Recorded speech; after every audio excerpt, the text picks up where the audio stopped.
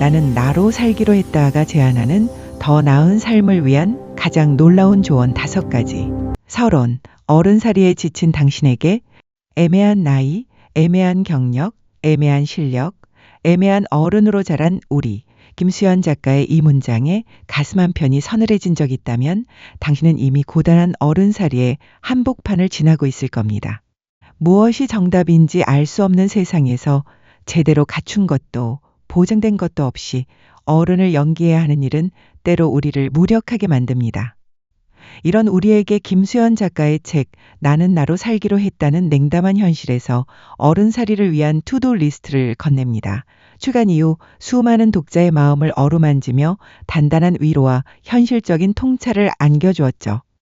이 책에는 주옥 같은 조언이 많지만 그 중에서도 가장 의외이면서도 현실적으로 힘이 되는 5가지 역설적인 조언을 골라봤습니다. 당연함의 가면을 벗겨내는 이 조언들은 당신이 진짜 나로 살기 위한 용감한 저항의 시작점이 될 것입니다. 1. 내게 친절하지 않은 사람에게 친절하지 않을 것. 누구에게나 친절해야 한다. 우리는 오랫동안 이것을 미덕이라 배워왔습니다. 하지만 이 책은 정반대의 조언을 건넵니다. 내게 무례하고 함부로 대하는 사람에게까지 친절을 베풀 필요는 없다고 말이죠. 저자는 인턴 시절의 일화를 들려줍니다. 자신을 하인처럼 대했던 한 주임은 자기 바로 앞에 있는 모니터를 10cm 옮기는 것마저 그녀를 시켰고 사소한 실수만 해도 나 엿먹여 라며 면박을 주었습니다. 당시에는 아무런 저항도 하지 못했지만 시간이 흐른 뒤 정말 참을 수 없었던 것은 부당한 대우 그 자체가 아니라 그런 상황에 굴복했던 자기 자신이었다고 고백합니다. 사람의 자존감에 치명상을 끼치는 건 부당한 대우 자체보다 부당한 대우에 굴복한 자기 자신인 거다. 갑질이란 최소한의 인격적 대우조차 갖추지 않은 천박한 갑과 최소한의 인격적 대우조차 요구하지 않는 무력한 을의 합작품이다. 이 조언은 무조건 반항하거나 공격적인 사람이 되라는 뜻이 아닙니다. 저열한 인간들로부터 스스로의 존엄함을 지키기 위한 최소한의 저항을 하라는 것입니다. 자신의 존엄을 지키는 것은 외부의 부당함에만 맞서는 것이 아닙니다. 때로는 우리 내면을 올가매는 기준에도 저항해야 합니다. 이 인생에서 숫자를 지울 것. 우리는 자신도 모르는 사이 숫자로 모든 것을 평가하는 세상에 살고 있습니다. 당신의 가치를 증명하는 것은 무엇인가요? 연봉, 아파트 평수, 토익 점수인가요? 책은 대한민국과 영국, 프랑스의 중산층 기준을 비교하며 이 문제를 날카롭게 지적합니다. 연봉, 지평수, SNS 팔로워 수. 저자는 영국이나 프랑스의 중산층 기준이 자신의 신념을 가질 것이나 스포츠를 즐길 것처럼 삶의 질을 향하는 반면 한국의 기준은 월급 500만 원, 30평 아파트 등 온통 숫자로만 채워져 있음을 지적합니다. 이것이 바로 저자가 말하는 숫자의 삶입니다. 앞의 대조에서 볼 수 있듯 우리의 기준은 철저히 숫자에 매몰되어 있습니다. 저자는 한때 인터넷에서 나이, 키, 연봉 등을 입력하면 결혼 가능 점수를 알려준다는 사이트를 본 경험을 이야기합니다. 마치 소고기처럼 사람에게 등급을 매기는 이 섬뜩한 현실은 우리 사회가 얼마나 숫자에 집착하는지 보여줍니다. 결국 숫자의 삶이란 쉴 새 없이 비교되며 서열이 매겨지는 삶인 것이다. 이런 삶 속에서 우리는 끊임없이 자신의 값어치를 확인하며 안절부절 못하게 됩니다. 하지만 지혜의 깊이, 관계의 돈독함, 가족의 화목함, 한 사람의 인격 같은 삶의 진정한 가치는 숫자로 측정할 수 없습니다. 삶의 가장 중요한 것은 숫자가 담을 수 없는 것들에 있다. 세상이 매기는 등급에 따라 우월한 존재가 되려 애쓰기보다 그 누구와도 비교할 수 없는 존재가 되기를 선택하세요. 숫자의 굴레에서 벗어나는 것은 시작일 뿐입니다. 우리는 이내 또 다른 감옥, 즉 타인의 인정이라는 기준과 마주하게 됩니다. 산미움받지 않기 위해 좋은 사람이 되지는 말 것. 좋은 사람이라는 가면 뒤에 숨어 하고 싶은 말 한마디 삼켜본 경험이 있다면 이 조언은 당신의 심장을 찌를지도 모릅니다. 모든 사람에게 좋은 사람이 되려고 애쓰는 삶은 결국 자신을 잃어버리는 길로 이어지기 쉽습니다.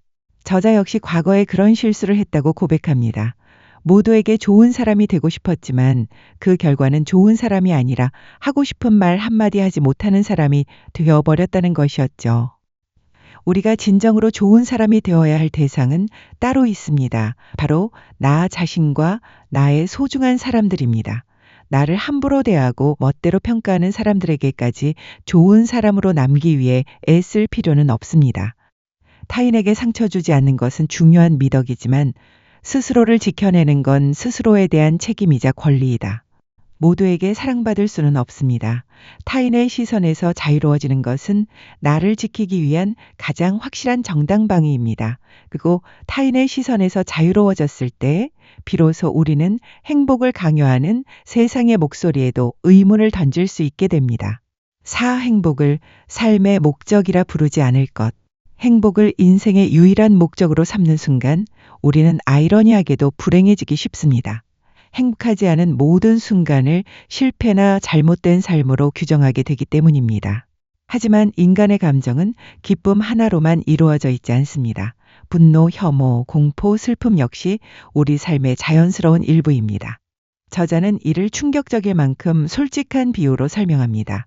베르사유 궁전을 아름답게만 두고 싶어서 화장실을 없앴다 해도 산다는 건 궁전 구석에서 몰래 똥도 누고 때론 남이 싼 똥도 밟고 사는 것이다. 이 문장은 삶이란 결코 무균 상태의 전시관이 아니라는 사실을 일깨웁니다. 때로는 추하고 지저분한 감정의 배설물들을 마주하고 처리하며 살아가는 것이 인생의 본질이라는 해방적인 진실을 담고 있습니다. 몇 번을 묻는다 해도 삶의 목적은 언제나 삶 그 자체일 뿐이다. 슬픔과 우울함은 피해야 할 감정이 아니라 삶의 한 조각이며 삶의 모든 면을 끌어안는다는 것은 완벽하지 않은 순간들을 용납하는 것입니다. 그리고 그 용납은 우리 자신에게도 똑같이 적용되어야 합니다. 인생의 여백과 바보 비용을 둘 것. 디자인 인쇄물을 만들 때 재단 과정에서 생길 오차를 대비해 실제 사이즈보다 조금 더 큰 여백을 둡니다. 우리 인생도 마찬가지입니다. 계획대로 딱 들어맞는 완벽한 삶은 존재하지 않습니다. 예상치 못한 실수와 오차는 필연적입니다. 이 책은 바보 비용이라는 개념을 제안합니다. 예상치 못한 지출, 불필요해 보였던 노력, 한순간의 실수 등을 인생의 예산으로 너그럽게 책정하라는 것입니다. 완벽하고 효율적이라는 것입니다. 완벽하고 효율적인 삶을 살아야 한다는 압박감에 스스로를 몰아세우지 마세요. 처음 살아보는 인생이라 그게 나도 좀 어려웠다고 말이다. 그 오차와 실수에 대한 관대함이 우리를 보다 안전하고 자유롭게 만들 것이다. 실수와 부족함을 위한 예산을 책정하는 너그러움이야말로 완벽이라는 감옥에서 우리를 해방시키는 가장 확실한 열쇠입니다. 결론, 내가 어떤 삶을 살든 나 자신을 응원할 것이다. 오늘 살펴본 5가지 조언의 핵심은 결국 세상이 정해놓은 정답이 아닌 나만의 답을 찾아가는 용기입니다. 이 책은 마지막까지 우리에게 이렇게 속삭입니다. 보통의 존재가 내가 아닌 것을 시기하지 않으며 차가운 시선을 견디고 있는 그대로의 나로서 살아가기 위하여 결국 진짜 나로 산다는 것은 무례함에 침묵하지 않음으로써 존엄의 토대를 쌓고 수자의 서열에서 벗어나 비교 불가능한 존재가 되며 모든 이의 사랑을 구하지 않음으로써 자유를 얻고 행복에 대한 강박을 내려놓고 삶의 모든 순간을 끌어안으며 마침내 실수하는 나 자신에게 너그러워지는 여정입니다. 이 모든 것이 바로 나 자신을 응원하는 가장 구체적인 방법입니다. 책의 마지막 문장은 우리 모두가 가슴에 품어야 할 다짐과도 같습니다. 내가 어떤 삶을 살든 나는 나 자신을 응원할 것이다. 오늘 당신은 진짜 나를 위해 무엇을 하기로 결심했나요?